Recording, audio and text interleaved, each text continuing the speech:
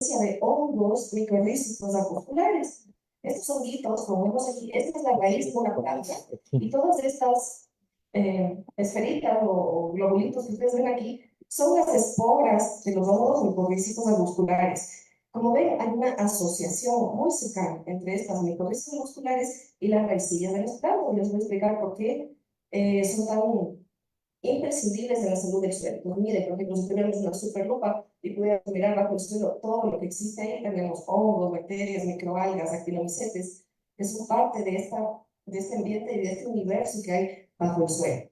Bueno, las microorganismos musculares permiten transportarle agua a la planta, porque ellas son las que se estiran, ellas son las que, por ejemplo, está aquí una espora, recibe la señal de esto, que es la raicilla de las plantas, hay una señal química ahí, y se juntan, y empieza la espora a enviar sus hifas a colonizar y a meterse dentro de las células de la raíz de la planta, tanto que incluso ingresa en las células, como ven aquí, y le empieza a contar esto, el agua, los nutrientes, como el fósforo y el potasio, y también le permite que la planta pueda estar más defendida del estrés ambiental que se puede dar en las plantas. ¿Cuál es el estrés ambiental? La sequía, ¿ya? Los cambios climáticos, a veces hay contaminantes en el suelo, y las microrizas musculares defienden un poco esto para la planta.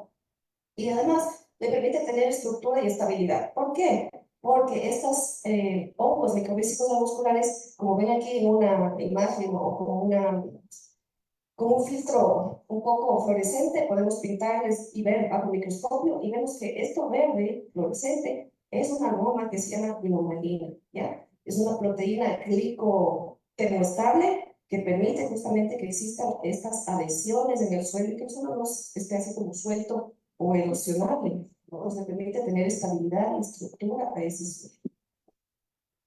Bueno, entonces sabemos que cuál es el reto que tenemos de aquí al futuro, es alimentar a los 9.000 millones de personas que seremos en el año 2050, ¿sí? Entonces, ¿cómo vamos a lograr que 9.000 millones de personas tengan un alimento saludable, alimento disponible? Tenemos que realmente poner atención a lo que tenemos en el suelo. Tenemos que hacer una agricultura sustentable, ¿ya? Y la idea es tener un manejo que integre, ¿no es cierto?, a los recursos naturales, que se conserven esos recursos, que haya una agricultura equitativa y unos sistemas que permitan mitigar la degradación en el ambiente y mejorar la vida, la calidad de la vida de las personas, especialmente en comunidades, en zonas más rurales. Nos hemos enfocado en nuestros suelos, ¿no es cierto? Porque nuestros suelos son suelos tropicales, muy diferentes a otros bosques y suelos boreales. En los suelos tropicales sabemos que son suelos muy fértiles que han permitido, o que han dado paso a una agricultura muy extensiva para alimentar a una población que cada vez está en crecimiento. Las altas temperaturas de nuestros suelos, bueno, las mayores temperaturas de nuestros suelos tropicales y la humedad a comparación de suelos temperados, ¿no es cierto?, permiten y favorecen las actividades microbianas. Es como cuando nosotros tenemos mucho frío, queremos quedarnos sentaditos, quietitos, pero si tenemos ya más actividad, más temperatura, vamos a estar más activos. Entonces, no se han estudiado mucho estas actividades biológicas en estos suelos tropicales, y por eso es importante nuestra investigación. Permite también oportunidades abundantes para la investigación en estas regiones. Entonces, en los procesos antiguos sabemos que la información es escasa, no se ha considerado un sistema integrativo que mida las actividades físicas, químicas y también las biológicas relacionadas al manejo del suelo, con la labranza, la fertilización y la rotación de cultivos.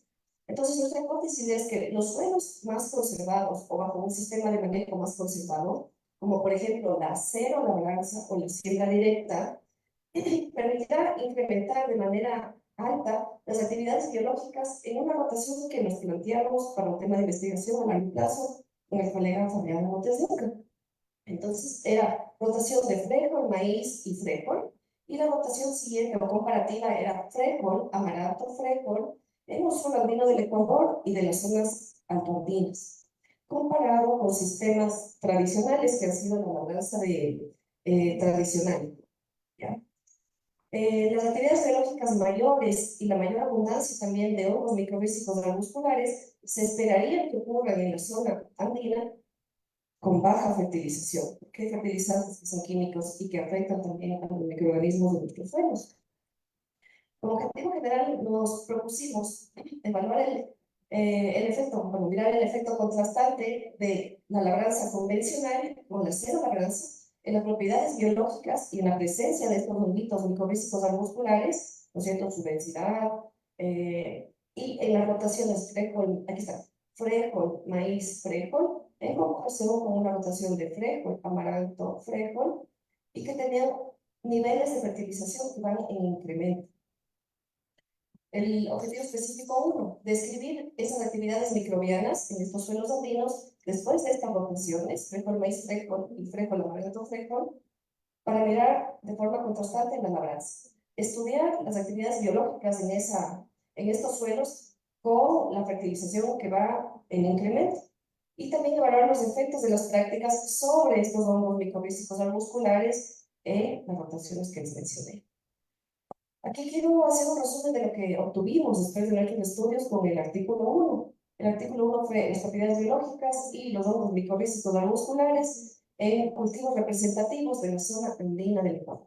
Mis colegas también, que fueron parte de la investigación, están aquí. Entonces, sabemos que la labranza intensiva nos lleva a la erosión de los suelos andinos del Ecuador. Tenemos toda esta cadena montañosa, ¿no es cierto?, que son la zona andina, que va un poco más arriba de Venezuela hasta Chile y Argentina.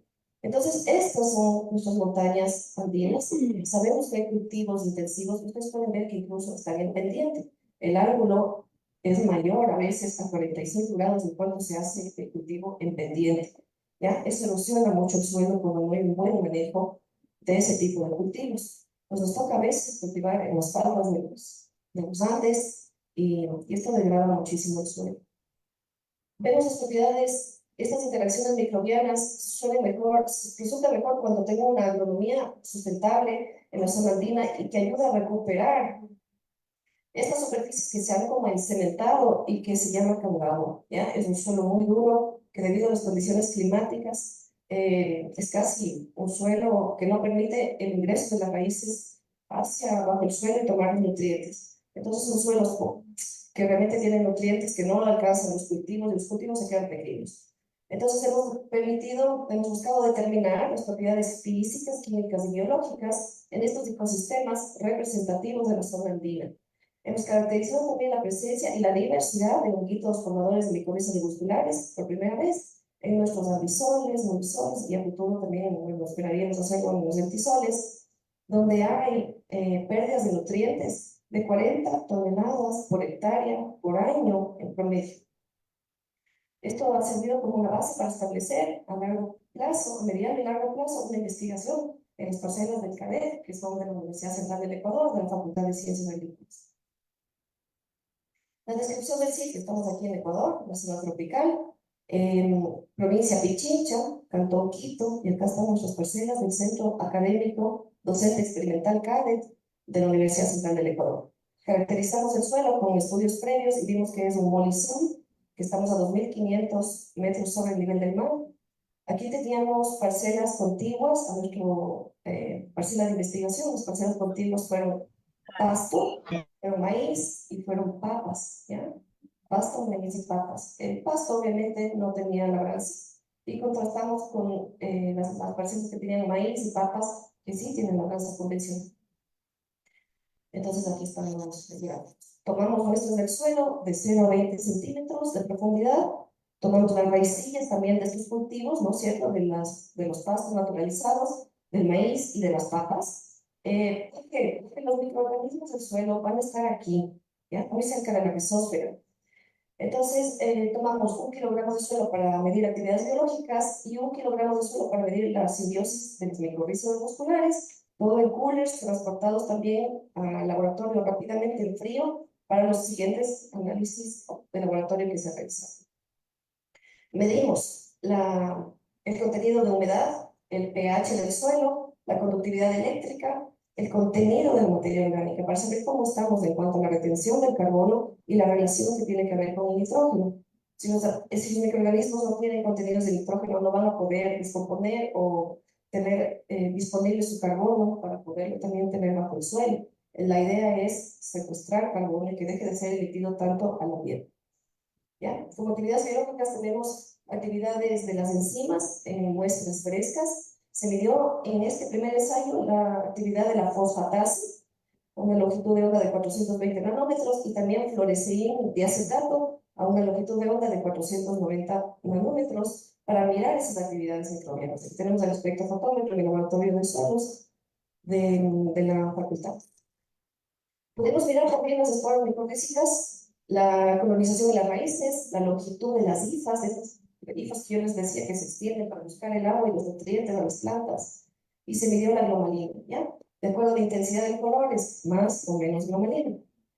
Ok, tenemos algunos resultados aquí. Entonces, en maíz tenemos más pH, en las papas, en cambio, tenemos más fósforo disponible, la conductividad eléctrica fue mayor en praderas, hongos microfísicos arbusculares se encontraron mucho más en donde, en las praderas naturalizadas, justamente, donde hay menos labranza. Hemos hecho un primer gráfico, aquí ustedes ven los hongos microfísicos arbusculares, bastante fotogénicos, sí, porque tienen unas bonitas ornamentación, algunos parecen unos bombillos navideños, sí, porque tienen espículas o tienen unas bolitas, unas protuberancias muy lindas a las fotografías. Se encontraron 3 especies, 3 no descritas, ¿ya? En donde encontramos ciertos grupos, acá vemos otros grupos, por ejemplo, las papas tienen ciertos grupos de micorrizas musculares, en las praderas tienen otro tipo de conglomerados y el maíz mostró otro tipo de especies de hongos micorrízicos musculares. Las características bioquímicas fueron realmente notorias en cuanto a la fertilización, la labranza de los cultivos, reflejando también la diversidad de hongos micorrízicos musculares. Existe mayor riqueza y diversidad bajo cero labranza, y esto es una base para futuros proyectos que tenemos. El segundo artículo también nos muestra cómo la materia orgánica es muy importante para la retención del agua y los nutrientes, las partículas y los agregados, los carbonos disponibles para los microorganismos y las actividades microbianas son sensibles indicadores de la calidad de este suelo. Aquí tenemos las parcelas de investigación mucho más grandes como se realizaron. Esta es una gráfica de nuestras parcelas en el Carrero.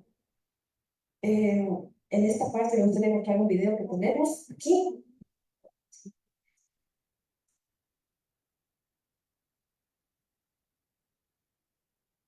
¿Ya? Gracias a los varones y a los videos que tenemos que nos colaboraron nuestros colegas del Pontificio de Universidad Católica, pudimos realizar también una vista aérea de cómo se ven los cultivos, ¿ya? En que zonas es mucho más cubierto, en cero labranza, y en labranza convencional que siempre el suelo se degrada un poco más. Tenemos un sistema de riego que también hizo posible que tengamos las parcelas bajo control.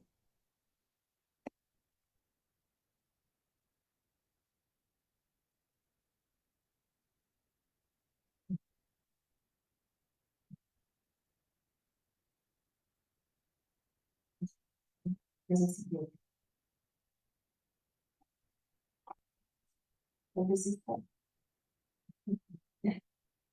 aquí está el video. Gracias, tenemos para atender este video que hemos podido hacer.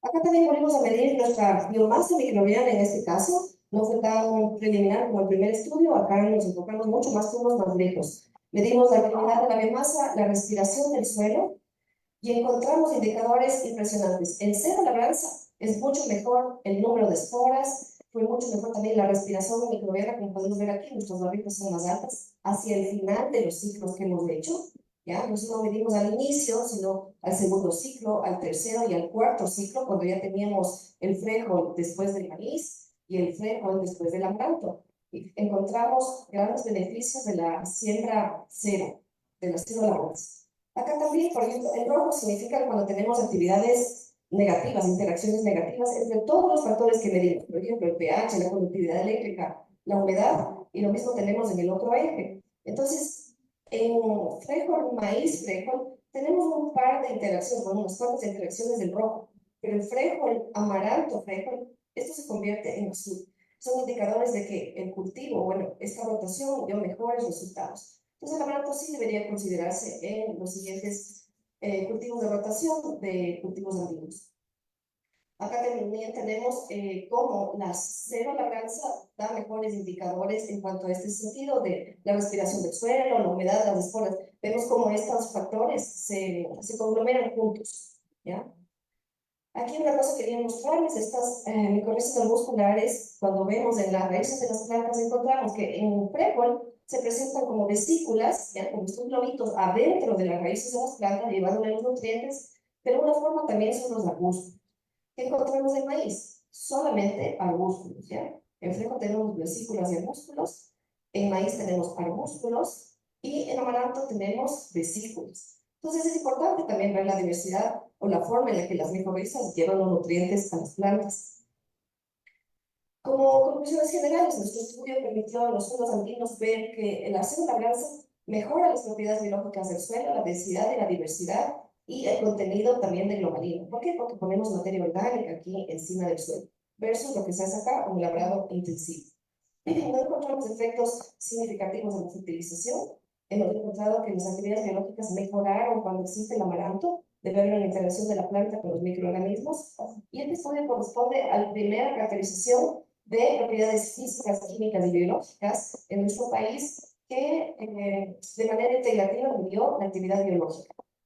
A futuro, nuestros estudios es seguir usando el amaranto, o en este caso la quinoa, para mejor estabilidad de los suelos, reforzar políticas también de los gobiernos para el cuidado y la conservación de los suelos y la nutrición de los cultivos. Quiero agradecer a todas las personas que hicieron posibles los estudios, a nuestros estudiantes, a las actividades que podemos hacer en los laboratorios, y quiero dar un gracias muy especial a todos ustedes por estar aquí y poder trabajar con ustedes. Gracias.